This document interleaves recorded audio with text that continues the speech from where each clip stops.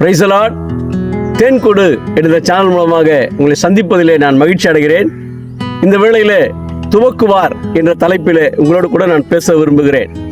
எபிரேயர் 12:1 வாசிக்கிறோம், விசுவாசத்தை துவக்குகிறவரும் முடிக்கிறவரும் அவரே. இந்த வார்த்தையை கேட்கும்போது ஒருவேளை நீங்க முடியல போதும்னு உட்காந்துட்டீங்களா? கவலைப்படாதீங்க. அவர் மேல நம்பிக்கையா இருங்க. இயேசு மேல நீங்க விசுவாசமா இருங்க.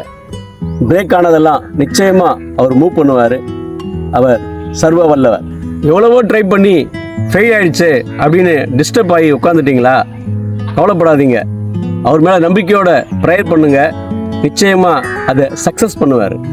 பிரியமான தேவனுடைய பிள்ளைகளே, எபிரேயர் 12:1 வாசிக்கிறோம், நம்மை சுற்றிலும் மேகம் போன்ற திரளான சாட்சிகள்.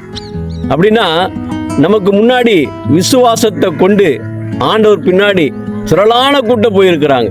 எவ்வளவோ பிரச்சனையை ஃபேஸ் பண்ணியிருக்கிறாங்க.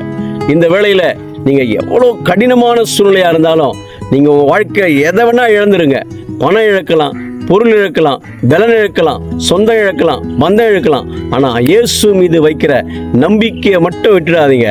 அந்த விசுவாசம் உங்களுக்குள்ளே இருக்கும் என்றால் இந்த வேளையில ஆணித்தரமாய் சொல்லுகிறேன், உங்களுக்கு துவக்கத்தை மட்டுமே தேவன் கொடுப்பார். விசுவாசத்தை அவர் துவக்குகிறவர். விசுவாசம் உங்களுக்குள்ள இருந்தால் ஒவ்வொரு நாளும் ஒரு புதிய துவக்கத்தை உங்கள் வாழ்க்கையில என் அப்பன் இயேசு கட்டளையிடுவார்.